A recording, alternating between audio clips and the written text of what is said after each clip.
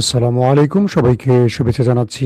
মাসুম মাহবুব দেখছেন open the YouTube channel এবং মাসুম মাহবুব Facebook page. বেশ কিছু ব্রেকিং খবর আছে। ইরান আমেরিকার মধ্যে পাল্টাপাল্টি হামলা চলছে। নতুন করে আরো কয়েকটি দেশে ইরান হামলা করেছে।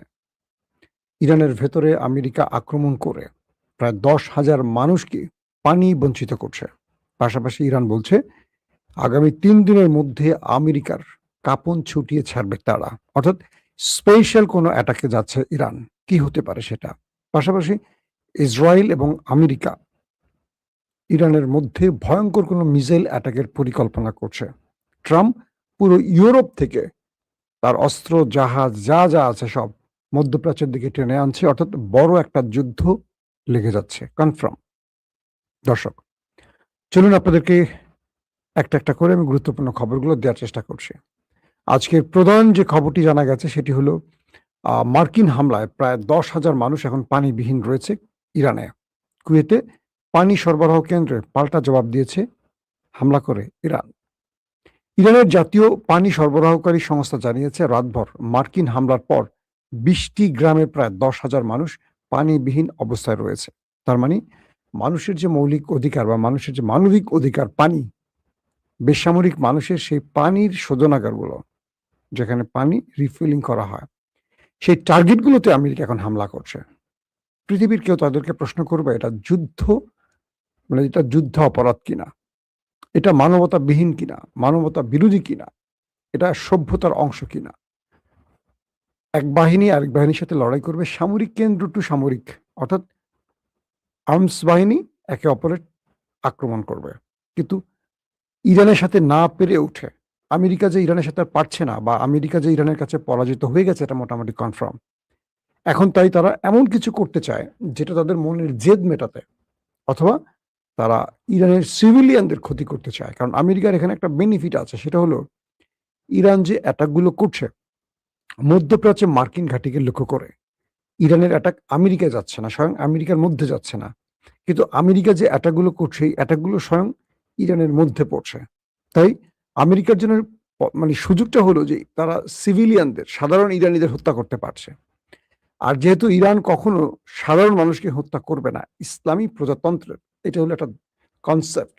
আপনারা যারা বাংলাদেশে বাস করেন তারা দেখবেন যে গণতন্ত্র বিএনপি, জাতীয় পার্টি, আওয়ামী লীগ বা এনসিপি এরকম অনেক দলের আপনারা যারা রাজনীতি করেন, তাদের সাথে দেখবেন ইসলামী দলের একটা পার্থক্য আছে। পার্থক্যটা কি?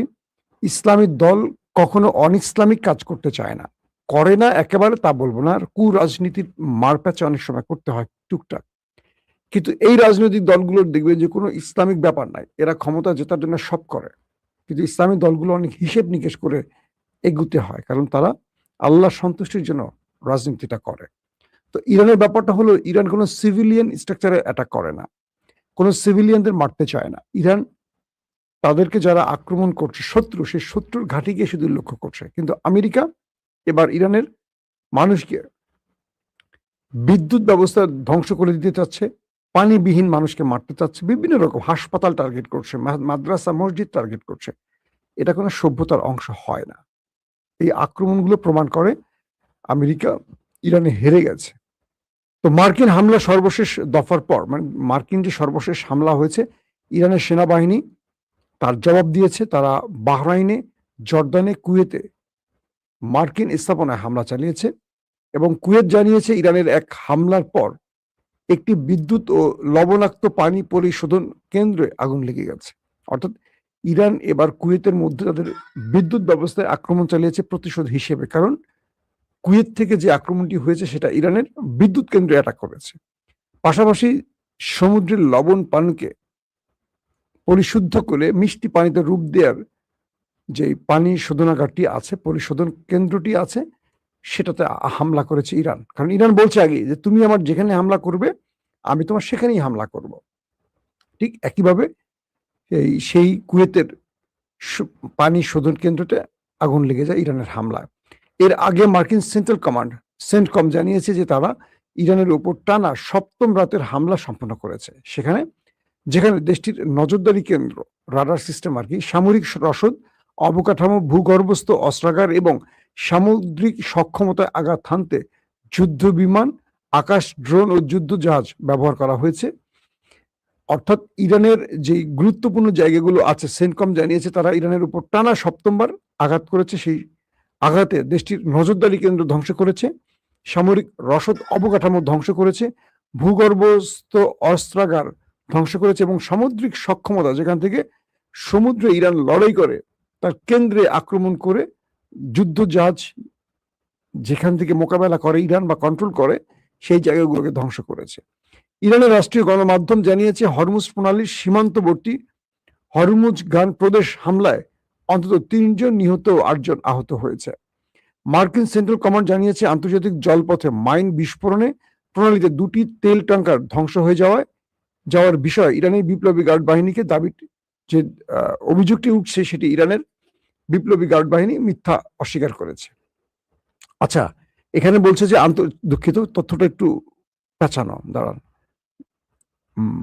আন্তর্জাতিক জলপথে মাইন বিস্ফোরণে প্রণালীতে 2টি তেল ট্যাঙ্কার ধ্বংস হয়ে যাওয়ার বিষয়ে ইরানের বিপ্লবী গার্ড বাহিনীর দাবিটি মিথ্যা, এটা বলছে আমেরিকার সেন্টকম। মানে ইরান বলছে যে তারা যে পানির নিচে মাইন পুঁতে রেখেছিল, সেখান দিয়ে 2টো জাহাজ যেতে চেয়েছিল, কারণ ইরান বলছে, আগেই বলে দিয়েছে যে তোমাদেরকে আমরা যে রুট বলে দিব সেই রুটের বাইরে তোমরা চলাচল করো না, কারণ বাইরে মাইন পোতা আছে।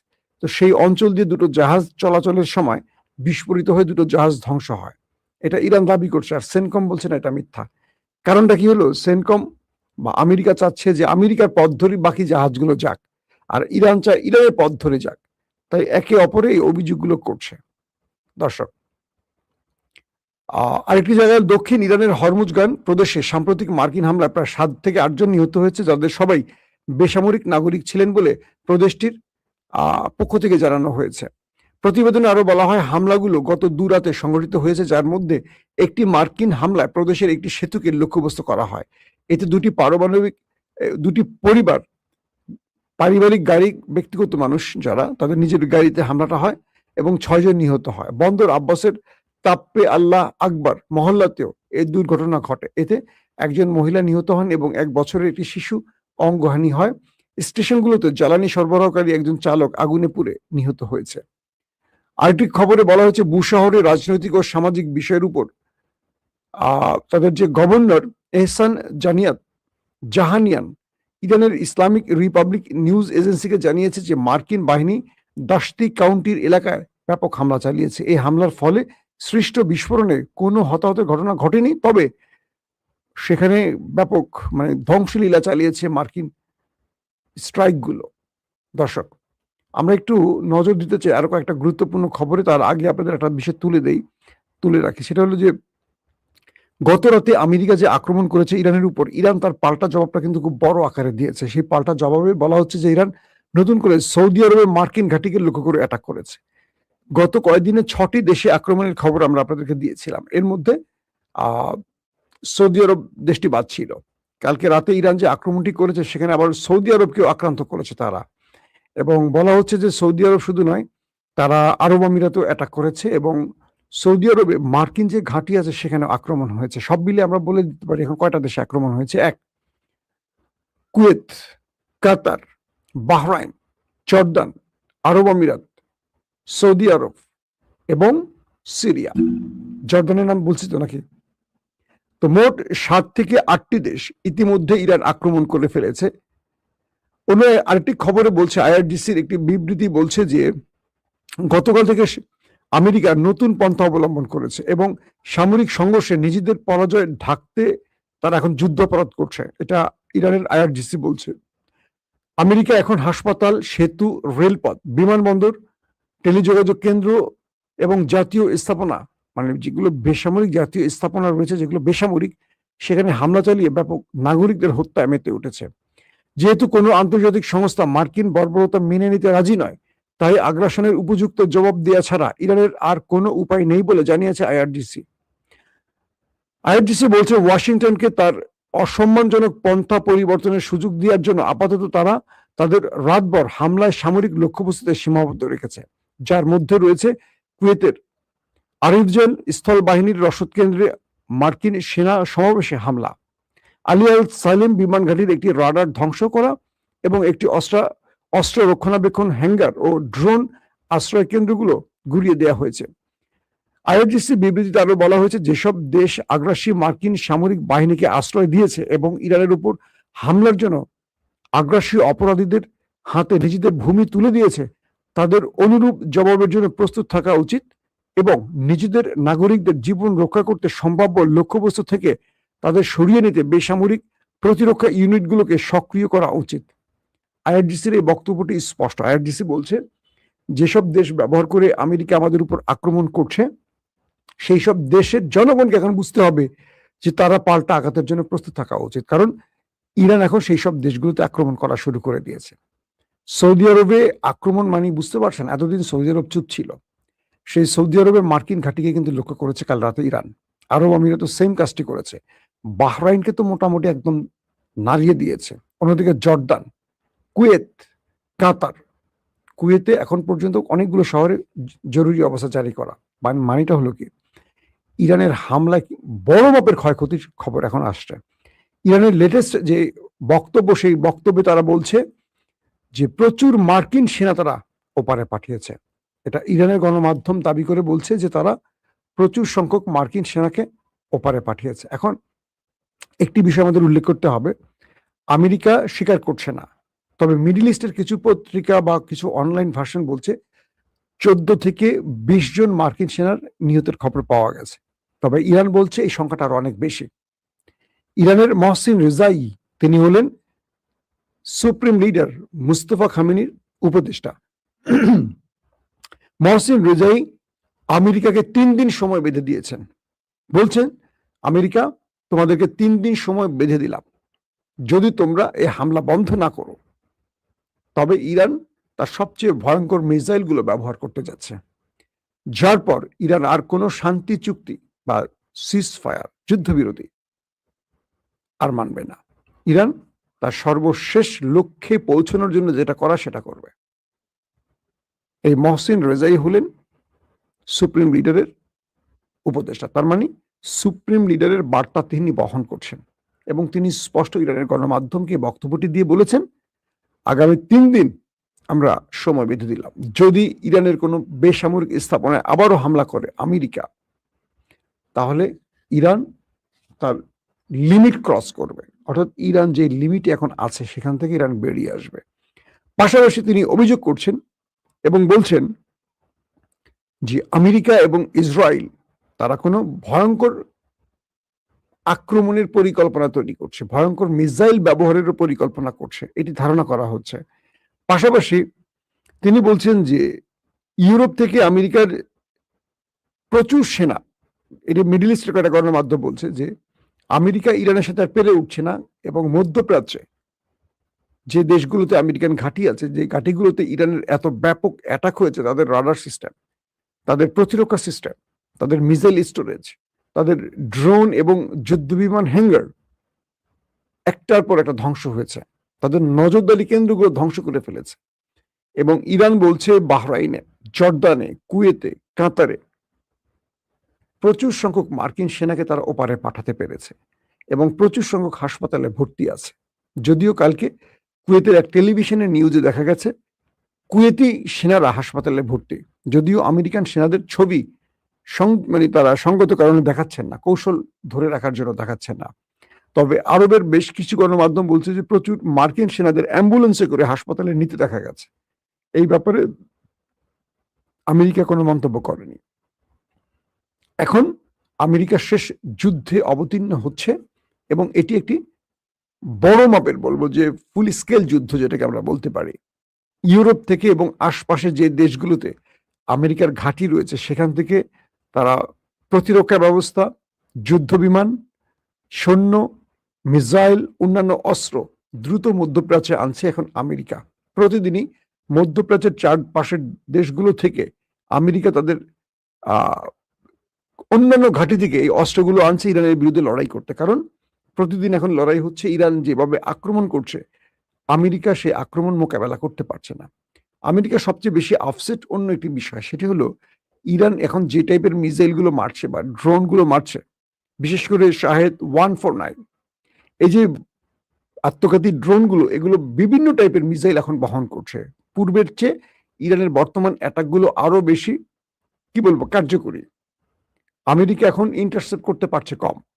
ইরান যে টার্গেটগুলোকে আক্রমণ করছে সফলভাবে সেই টার্গেটগুলোকে ধ্বংস করতে পারছে। তাই আশপাশের দেশগুলো থেকে এখন আমেরিকা সব ডেকে ডেকে এখন মধ্যপ্রাচ্যে আনছে ইরানের সাথে বড় লড়াইয়ের জন্য। পাশাপাশি ইসরায়েলকেও হয়তো মাঠে নামাতে পারে, কারণ ইসরায়েলের সাথে একটা বড় প্ল্যান চলছে আমেরিকার তলে তলে। এই অভিযোগটি ইরান নিজেই করছে। তাহলে আমরা সবশেষ এটুকুই বুঝতে পারছি যে ইরানের ধরেন জুলফিকার, খাইবার শেখান বা ক্লাস্টার মিসাইল এর বাইরেও ইরান নতুন ভেরিয়েন্টের মিসাইল আগামী 3 দিন পর ব্যবহার করবে, এই হুঁশিয়ারি দিয়েছে। আর আমেরিকা তারা যে বিষয়টি এতদিন বোঝেনি, তারা প্রথম মনে করছে যে সিরিয়াতে আক্রমণ করবে না ইরান। ইতিমধ্যে সিরিয়া আক্রমণ করে অনেক সেনাকে ওপারে পাঠিয়েছে। এরপর তারা মনে করছে সৌদি আরব থেকে যেহেতু আমরা আক্রমণ করছি না ইরানে, সৌদি আরবকে কিছু করবে না। তাদের গুরুত্বপূর্ণ সেনা অফিসারদেরকে সৌদি আরবে নিয়ে জমা করেছিল জীবন বাঁচাতে। সেনকমকে, অর্থাৎ মার্কিন সেন্ট্রাল কমান্ড যেখান থেকে যুদ্ধ পরিচালনা করা হয়, এবার ইরান সেনকমকে টার্গেটের ঘোষণা দিয়েছে। পাশাপাশি সৌদি আরবে কালকে রাতে কিন্তু আক্রমণ করে মার্কিন বেজ ধ্বংস করে ফেলেছে। তাদের ব্যাপক ক্ষতি হয়েছে সৌদি আরবে কালকে রাতের আক্রমণে। অর্থাৎ ইরানের তথ্য হিসেবে শতাধিকের উপরে সেনা তারা উপরে পাঠিয়েছে, শতাধিকের উপরে। যদিও আরবের আউটলেট গুলো বলছে 14 থেকে 20 জন, যদিও আমেরিকা একজনের কথাও স্বীকার করে নাই। বুঝতে পারছেন এই অবস্থা এখন আছে যুদ্ধ পরিস্থিতিগুলো। এখন ইরান ফুল ফ্রেজে যুদ্ধে যাচ্ছে।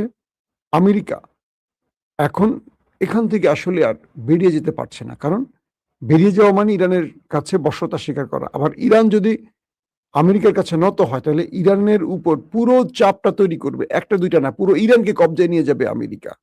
এখন কোন পক্ষ আর এই যুদ্ধে নিজেকে পরাজিত করতে পারছে না, আর এই কারণেই দুই পক্ষের ক্ষয়ক্ষতিটা এখন ক্রমান্বয়ে বাড়ছে। বাড়ছে মানে কি, ভয়াবহভাবে বাড়ছে। শুধু ইরান না, আমেরিকার ভেতরে আমেরিকার যত আধুনিক অস্ত্র আছে মোটামুটি ইরান অনেকগুলোকে ধ্বংস করে ফেলেছে। আমেরিকা সেটা ব্যাকআপের জন্য এখন বাইরের ইউরোপের দেশগুলোতে যে ঘাঁটি আছে সেখান থেকে পর্যন্ত আমেরিকা তার মিসাইল, যুদ্ধ বিমান, ড্রোন নিয়ে আসতেছে।